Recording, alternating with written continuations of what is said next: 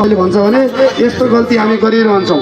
हाम्रो सदस्यहरूको समृद्धिको लागि, हाम्रो सदस्यहरूको वृत्ति विकासको लागि, व्यवसायिक चाहिँ तपाईँको चाहिँ समृद्धिकरणको लागि, व्यवसायको चाहिँ सहजीकरणको लागि रिकन्डिसन व्यवसायी सङ्घले यस्तो काम गरिरहन्छ। टाउको दुख्नेहरू डोरी बाँधेर बसिरहन्छ। र यो 21वटा बुँदामा तपाईँलाई एकछिन हेर्नुपर्ने छ भने 5 मिनट छलफल गरौँ, वा छलफल गर्नुभन्दा पहिला 21वटा बुँदाले खोजेको उत्तर के हो या यसले के भन्न खोजेको हो भन्ने यहाँलाई छ भने म यसले यसो भन्न खोजेको हो, तपाईँको राय के छ भनेर भन्छु म। तपाईँहरूले ध्वनि मतबाट यो ठिक छ बेठिक छ भन्दा पनि हुन्छ, या त्यसपछि 10 मिनट फ्लोर ओपन गरेर तपाईँले लेखेर दिए पनि हुन्छ। म के गरौँ ल भन्नुहोस् त।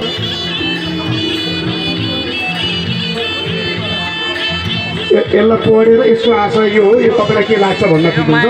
त्यही हो नि होइन? हो नि साथीहरूले सुन्नुभयो है? हो है। एकपल्ट पढ्न खोजेर ध्यान दिउँ। तपाईँहरू बुँदा हेर्दै जानुहोस्, म यहाँ बुँदा पढ्दै जान्छु। अनि यस्तो ठिक बेठिकै तपाईँले भन्नु पऱ्यो। मैले ताली बजाएको थिएन, मैले हुन्छ भनेको थिएन भन्ने फेरि पछि भन्ने अवस्था आउनु भएन। ल 1 नम्बरमा सङ्घको हित प्रतिकूल गतिविधिहरू। सङ्घको सम्पत्ति हानि नोक्सानी पुर्याउने, सङ्घलाई विधानतः भुक्तानी गर्नुपर्ने रकमहरू भुक्तानी नगर्ने, सङ्घको सदस्यलाई भौतिक रूपमा हानि पुर्याउने, गाली बेइज्जत गर्ने र सङ्घलाई गुण तथा समूह विभाजन गरी अर्को यस्तै प्रकारका उद्देश्यहरू राखी सङ्घ खडा गरेमा के गर्ने, यसलाई हामी विधानमै बनाएर जान्यौँ।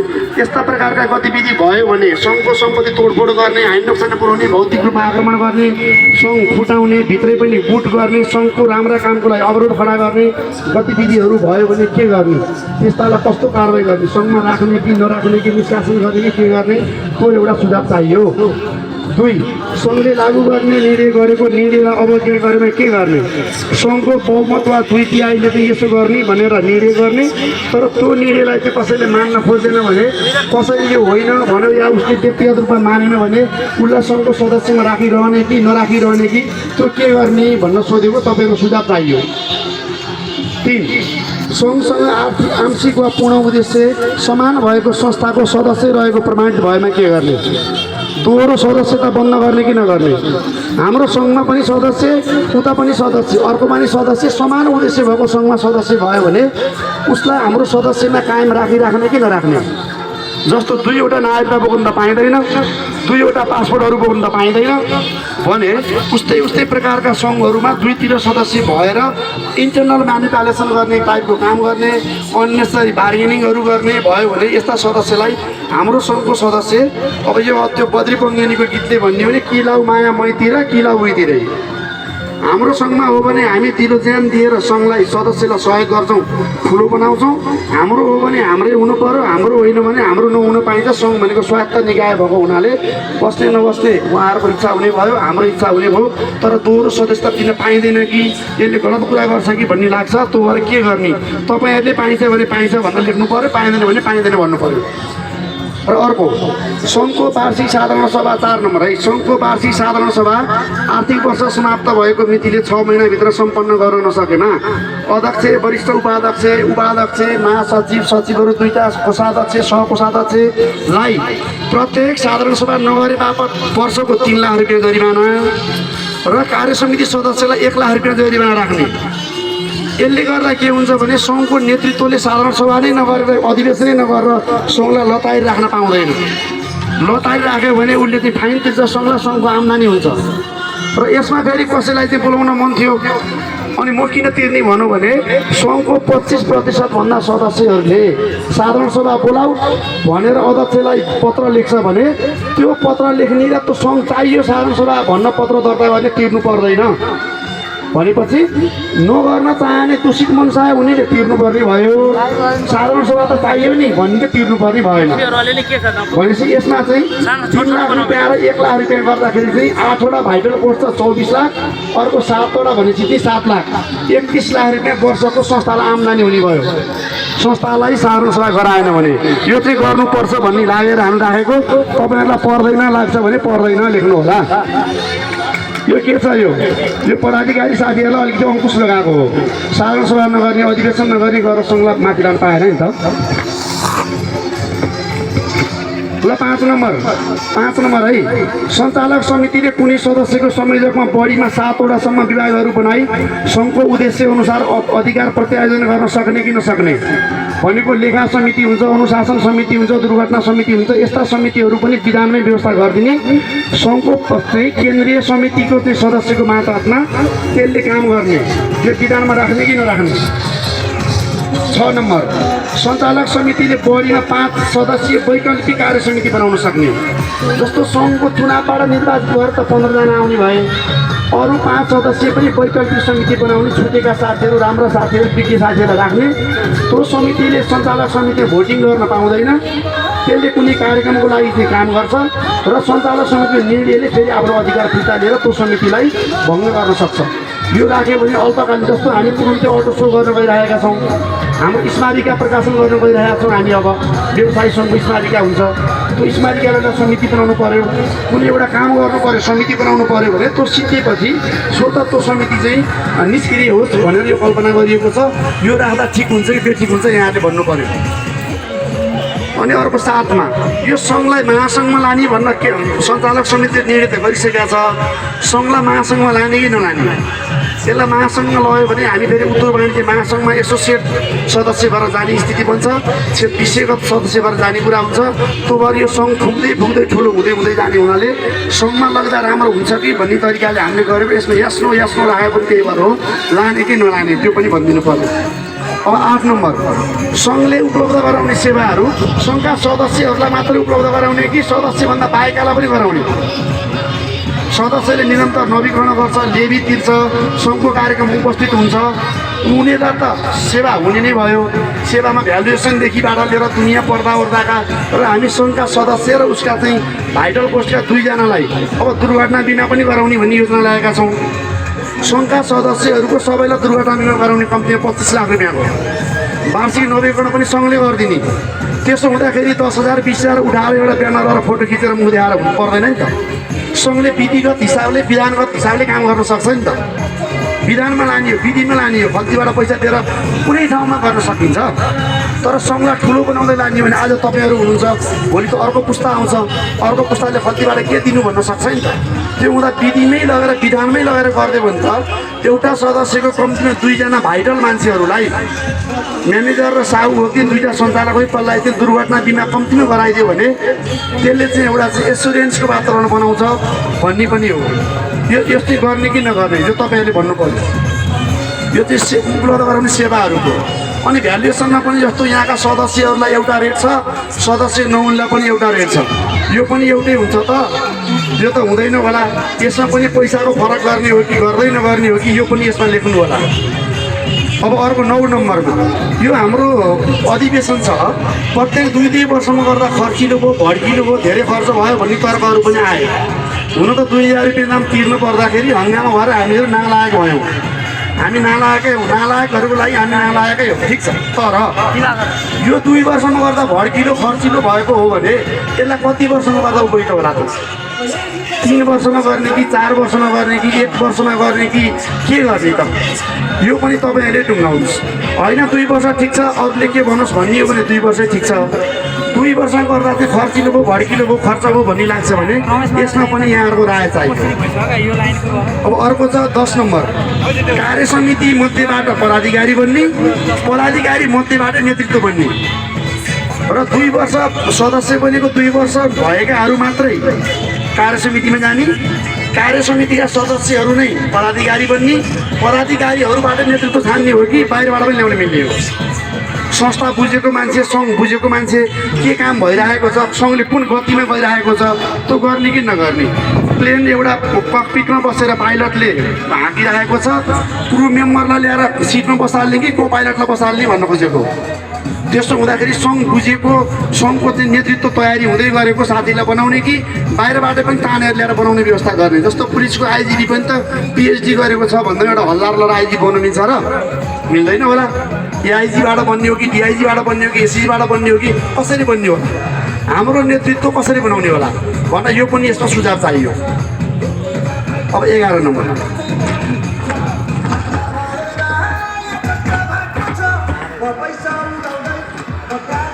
यो प्रदेश सङ्घहरू छ हाम्रो 7वटा प्रदेशमा 7वटा प्रदेश सङ्घहरू छ इकाइहरू छ। यो प्रदेश सङ्घहरूको आयलाई केन्द्रीय सङ्घले कति प्रतिशत दिँदा ठिक होला? हामीले 60-40 भन्यौँ, 70-30 भन्यौँ, कहाँ हुन्छ पैसा उठिया छैन, भाडे पुगेको छैन, नभए लैजाऊ भन्न फेरि 50-50 रुपियाँ हामीले हाल्न पनि पठायौँ गएर कसमा आजजी। अब उहाँहरूलाई पनि भ्यालुएसन दिने हो, प्रदेश सङ्घहरूलाई पनि भ्यालुएसन दिने हो। भ्यालुएसनबाट पनि आम्दानी हुन्छ, नवीकरणबाट पनि आम्दानी हुन्छ, मतलब कहीँ डोनेसन आउन सक्छ, पालिकाबाट पैसा आउन सक्छ, मन्त्रालयबाटै बजेट गर्न सकिन्छ। त्यस्तो अवस्थामा प्रदेशमा भएको आम्दानी सङ्घले कति प्रतिशत लिने कि नलिने यो पनि टुङ्गाउनु पर्यो। फेरि प्रदेशलाई पनि बलियो बनाउनु पर्यो, केन्द्र बलियो भयो भने प्रदेश बलियो हुँदैन होइन। हाम्रो देशको पनि यो सङ्घीय संरचनामा त पालिकाको पैसा प्रदेशमा जाने, प्रदेशले उठाएको नि केन्द्रमा आउने हुन्छ नि त आंशिक। यसरी यो फिनान्सियल हायरार्कीलाई कसरी मेन्टेन गर्ने भन्ने कुरा हो यो। अब नलिने भए नलिने या 30-40 दिँदा ठिक हुन्छ कि भन्ने लाग्छ अरे राय सुझाव पाऊँ। तर यो कुरो प्रदेशकारी कति संयोजकहरू आउनुभएको छ उहाँहरूलाई पनि थाहा छ र प्रदेशसँग नि हामी छुट्टै अन्तर्क्रिया गर्नेछौँ यसमा। यो यहाँको केन्द्रको सुझाव पाऊँ।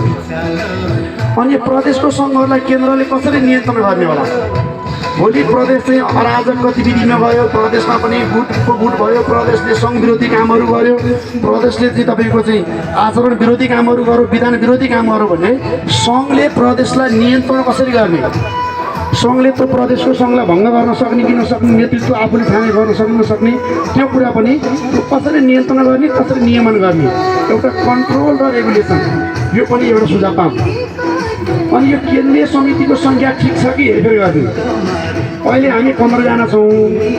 अहिलेको पछिल्लो व्यवस्था अनुसार के छ भनेपछि पदाधिकारीभन्दा कार्य समिति सदस्यहरू बढी हुनुपर्छ। अहिले हाम्रो चाहिँ 8 जना पदाधिकारी, 7 जना सदस्यहरू, केन्द्रीय सदस्यहरू हुनुहुन्छ। तर हुनु चाहिँ कम्तीमा पदाधिकारीभन्दा सदस्यहरू बढी हुनुपर्छ।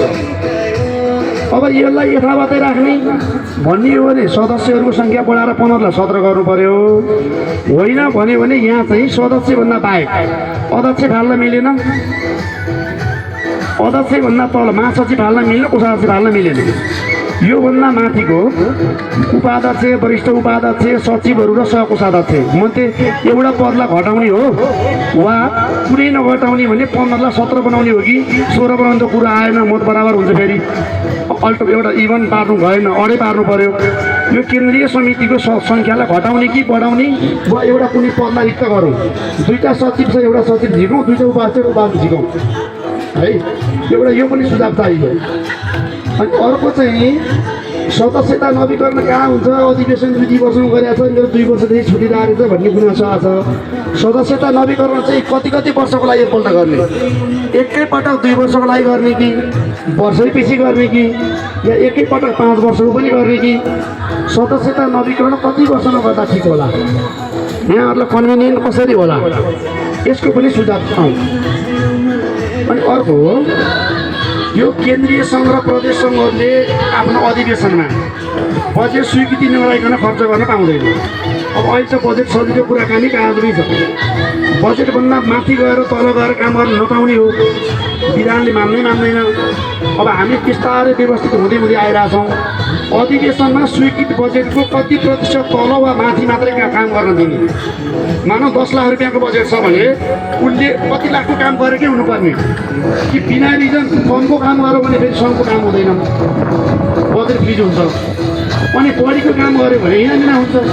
त्यो भएर स्वीकृत बजेटको कति प्रतिशत तल वा स्वीकृत बजेटको कति प्रतिशत माथिसम्म मात्रै काम गर्ने अधिकार दिने हो, यो पनि विधानमा लेख्नुपर्छ। त्यो पनि एउटा हेरौँ, 10, 20, 25, 15 कति पर्सेन्ट या 5 हो के हो, त्यो पनि लेखौँ विधानमा, त्यो लेख्ने व्यवस्था। अनि अर्को कुरा, सङ्घको सदस्यता हामीले पहिला व्यक्तिलाई पनि दिएका छौँ, कम्पनीहरूलाई पनि दिएका छौँ। हामीले अब सङ्घको सदस्यता कम्पनीहरूलाई मात्रै दिने कि व्यक्तिहरूलाई पनि खुल्ला राख्ने कि? अब कम्पनी र व्यक्तिलाई दुईटैलाई खुल्ला राख्ने हो भने व्यक्ति र कम्पनीको मत भार त एउटै हुँदैन होला। उहाँको चाहिँ कम्पनी छ, मेरो व्यक्ति छु, उहाँको कम्पनी 5 जना सञ्चालक छ, म एउटा छु, मेरो पनि 1 भोट, कम्पनी पनि 1 भोट त हुँदैन होला। जस्तो राष्ट्रपतिको चुनावमा मेयरको, उपमेयरको र प्रदेश सभा सदस्यको भोटको मत भार फरक हुन्छ, वेटेज अफ भोट फरक हुन्छ। व्यक्तिलाई खुलाउने हो भने व्यक्तिको मतबार कति दिने, सङ्घको 2 हुँदा उसको 1 हो कि, सङ्घको 10 हुँदा उसको 5 हो कि, वा 1:1 बराबरको बराबरै हो कि, वा अब जे हो अब खुल्ला व्यक्तिगत रूपमा लगेकालाई व्यक्तिगत खारेज नगर्ने, उहाँहरूले अबको 6 महिना 8 महिना 1 वर्ष समय दिएर कम्पनीमा आउनुपर्ने, अब व्यक्तिगतले नगर्ने भन्ने हो कि, वा व्यक्तिगत पनि चालु गरौँ। अहिले फेरि कम्पनीको विरुद्ध धेरै गतिविधि भइरहेछ, धेरै मान्छेहरूलाई समात्ने यो गरी त्यो गरी भइरहेछ भनेपछि संस्थामा समेट्नु पनि छ, यसलाई बढाउनु पनि छ। आज नभए भोलि त कम्पनी भइहाल्छ नि, व्यक्तिलाई पनि खोलौँ भन्ने हो भने त्यो लेख्नु पर्यो होइन। तर सधैँभरि व्यक्तिलाई नखोलाउने, कति समय दिने, 6 महिना 1 वर्ष 2 वर्ष त्यो लेखेर गरौँ। अनि अर्को 17 नम्बर, यो सञ्चालक समितिको कार्यकाल एउटा पदमा बढीमा 2 कार्यकाल भन्ने छ। त्यो 2 कार्यकाललाई घटाएर 1 कार्यकालमा ल्याउने कि होइन, वा तपाईँको होइन 2 वर्षको एउटा कार्यकाल छ, 2 वर्षको कार्यकाललाई घटाएर 1 वर्षमा ल्याउने कि, 2 वर्षको कार्यकाललाई बढाएर 3 वर्षमा लाने कि, फेरि 2 वर्षमा अधिवेशन गर्दा भड्किलो भयो भनिरहेको बेलामा 2 वर्षमा अधिवेशन चाहिँ 2 वर्षमै गरौँ तर कार्यकाल 3 वर्षको बनाऊँ भन्ने हो कि, वा कार्यकाल 2 वर्ष अधिवेशन चाहिँ 2 वर्षमा गरौँ कार्यकाल 3 बनाउने कि, या 3 बनाएर कार्यकाल 2 बनाउने। यसमा अलिकति काम गर्नुपर्छ, किनभने 2 कार्यकाल 2 वर्ष भन्दाखेरि चाहिँ छिटो भइरह्यो क्या, छिटो भइरह्यो। यसमा चाहिँ काम गर्ला, काम पनि गर्न सोच्न नआउने, एउटा गइहाल्छ जाने बेला अब काम सुरु गर्दैन, अब आउनेले बुझ्दै समय बर्बाद हुने हुन्छ, केही समय लाग्छ। त्यो भएर यसमा थोरै काम गर्नुपर्छ जस्तो लाग्छ, यहाँहरूले यसमा पनि सुझाव दिनु होला। अनि यो 18 नम्बरको नाम है, यो पनि एकदम इम्पोर्टेन्ट 18 नम्बरको, सङ्घको नाम र लोगो हेरफेर गर्ने हो। हाम्रो यो रिकन्डिसन भन्ने शब्द आउँदाखेरि पुरानै हो भन्ने टाइपको भयो, करोडौँ रुपियाँको लगानी गरेको छ। कतिपय अवस्थामा त नयाँ सोरुमभन्दा पुरानो सोरुम गर्ने साथीहरूको लगानी बढी छ, कतिपय अवस्थामा सधैँ होइन। अनि यो रिकन्डिसन भन्ने शब्दले चाहिँ पुरानै हो भन्ने हुने, बैङ्कले पनि लोनको लागि रिकन्डिसन उहाँको भन्ने लोन लिन गएको छ भने लोनको कुरा गर्नुभन्दा पहिला मेरो सालीले एउटा गाडी बेच्नु छ, कति किन्नुहुन्छ भन्नु सोध्छ। म बैङ्कमा गएको छु एउटा काम लिएर, उसले अरू गर्न सोधिरहेको हुन्छ। त्यो भएर कम्पनीको नाम पनि र लोगो पनि चेन्ज गर्ने बेला भयो भन्ने लाग्छ। र अब हामीहरू पनि बिस्तारै पुरानो गाडीबाट पुरानो पनि काम गर्ने, नयाँको सोरुम पनि डाल्ने अवस्था छ।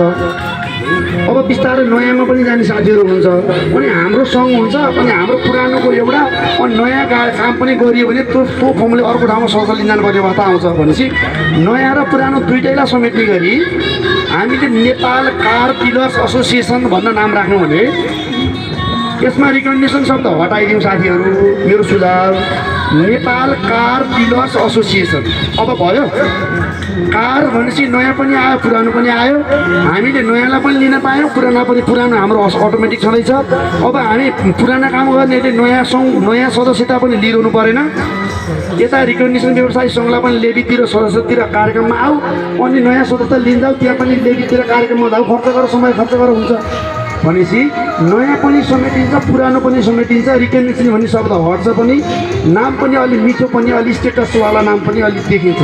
Nepal car dealers association NEDA भनौँ, यसको लोगो अलिक राम्रो लोगो बनाऊँ, छलफल गरौँ। संस्थाको 3x5 एउटा राम्रो झन्डा बनाऊँ, हाम्रो एउटा ब्याजहरू पनि बनाऊँ र संस्थाको नामलाई नेपाल कार डिलर्स एसोसिएसन यो बनाऊँ भन्ने मेरो सुझाव छ। फेरि म कानुनी सल्लाहकार मात्र होइन, म पनि व्यवसायी नै हुँ। कतिपय साथीहरूले यो कोही होइन भनेर धेरै भन्दै हिँड्नुभयो, म पनि व्यवसायी नै छु। व्यवसायी नहुँदा पनि व्यवसायी भन्दा बढी खर्च गरेको थियो संस्थाको लागि। अब अहिले त म पनि यसको एउटा अङ्ग भइसकेको छु, मेरो पनि छाता यो व्यवसायसँग नै हो।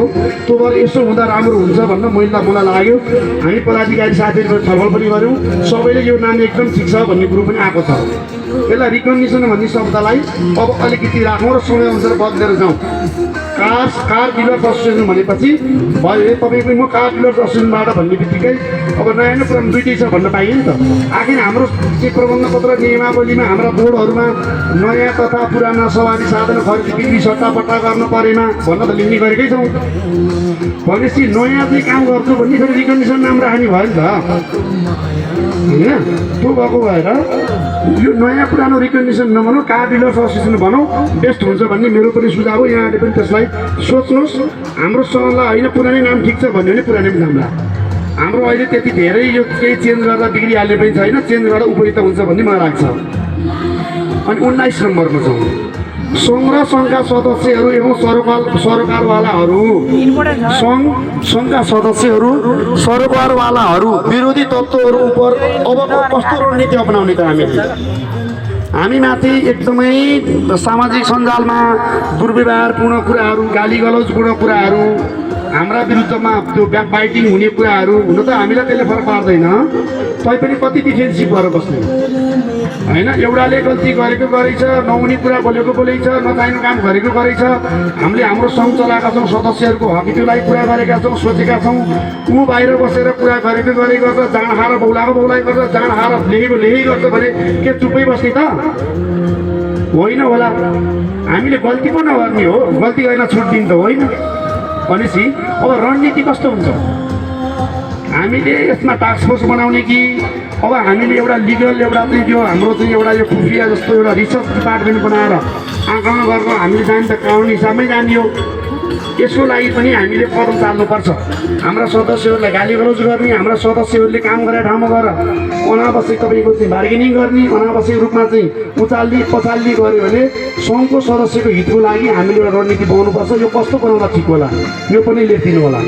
र अर्को बिचमा सङ्घलाई अझ मजबुत र एकताबद्ध बनाइराख्न अब के गर्नुपर्छ त? यहाँ लेखियो त हामीले 19वटा भयो तल, 19वटामा हामीले ओपन इन्डेड जस्तो क्वेसनहरू दियौँ हजुरलाई होइन, यस नो टाइपको भयो होइन। यसमा त यो पनि ठिक छ नि भन्ने भने हामी फरक फरक क्षेत्रमा छौँ, फरक फरक बजारमा छौँ, फरक फरक पुँजी चाहिँ लगानी गर्ने चाहिँ क्षमताका साथीहरू छौँ, फरक फरक लिगल स्टेटस भएको कम्पनीहरूका साथीहरू छौँ। कोही कम्पनीबाट काम गर्नुभएको छ, कोही व्यक्तिगतबाट काम गर्नुभएको छ। हामीलाई काहीँ न काहीँ समस्या त भएको छ। यहाँ लेखिएको भन्दा बाहेकमा यो भयो हुन्थ्यो भन्ने लाग्छ भने अब यो थपौँ न भनेर यसमा पनि सुझाव पाऊँ। यहाँ हामीले सोचेको मात्रै सबै पूर्ण हुन्छ भन्ने छैन होइन यो। अनि त्यसपछि गएर 20 नम्बरमा तपाईँको थप सुझाव केही छ भन्नेमा त्यो लेख्नु पर्यो। र अब आजबाटै हामीले एउटा प्रण गर्ने हो, हामी 21 पुगे गोदावरी घोषणापत्र 2081 भन्न हामी जारी गरेर बिदा हुन्छौँ। आफ्ना आफ्ना मिडियाहरू पनि साथीहरूले फाल्नु होला। सङ्घको आफ्नै भवन बनाउने कुरा हुन्छ कि हुँदैन? तालीसाली छैन ल। यो चाहिँ मेरो सुझाव थियो र यसमा सुझाव पेश गर्नेमा चाहिँ एकजनालाई एउटा मात्र हुन्छ भन्ने ढङ्गले हामीले गरेका छौँ। यहाँ फरक फरक खाली ठाउँमा आफ्नो आफ्नो नाम लेख्न मिल्छ, नम्बर लेख्न मिल्छ। एकदम सक्रिय सहभागिता जनाइदिनु होला र आफ्नो सङ्घलाई आफ्नै बनाउनलाई के लेख्यो भने विधान व्यवस्थित होला र विधान पूर्ण होला भन्ने लाग्छ। आजको मितिमा त्यो सुझाव पाऊँ। फेरि यो समाज रूपान्तरित छ, चलिरहन्छ, गतिशील छ। भोलि फेरि चेन्ज गर्नु परेछ भने अर्को 2-3 वर्षमा फेरि संशोधन गरौँला। त्यसरी जाउँ। अब यो मैले मेरो यो सुझावहरूको चाहिँ यो जसरी हामीले सोचेर बनायौँ, यो हामीले सङ्घको सदस्यको भलाइभन्दा बाहेक हुने गरिकन कोहीसँग आग्रह पूर्वाग्रह वैमनस्यता राखेर हामीले केही सोचेका छैनौँ। यो बनाउँदाखेरि कसैलाई व्यक्तिगत रूपमा हामीलाई कसैलाई केही लेनदेन गर्ने बनाएका छैनौँ।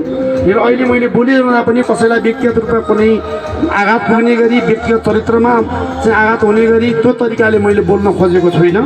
बोलेको रहेछु अन्जानमा मेरो केही शब्दहरूले कसैलाई घोचेको भए, कसैलाई चिमोटेको भए, त्यो घोचेको चिमोटेको शब्दहरू फिर्ता लिएर म बिदा भएँ। 10 मिनटलाई छलफलको लागि फ्लोर ओपन गरौँ र 10-10 जनाको एउटा ग्रुप बनाऊँ। एउटा ग्रुप यहीँ छँदैछ, एकजना यहाँबाट बोलौँ, एकजना त्यहाँबाट बोलौँ, एकजना यहाँबाट बोलौँ, एकजना यहाँबाट बोलौँ, एकजना त्यहाँबाट बोलौँ गरेर 5वटा 6वटा ग्रुपबाट 5-6 जनाले लेखेरै दिन भ्याइन्न भने मौखिक भए पनि गरौँ। हामी यहाँ टिप्दै जान्छौँ। फेरि रेकर्डेड पनि छैन त, हामी यो रेकर्ड सुन्न पनि काम गर्न सक्छौँ।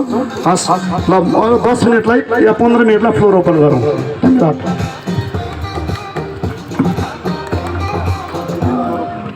साँच्चै नै एकतामा शक्ति, सदस्यमा समृद्धि नारा हाम्रो साँच्चै नै गहिरो र मार्मिक पनि छ। त्यसै गरी विभिन्न साथीहरू आउने क्रम पनि जारी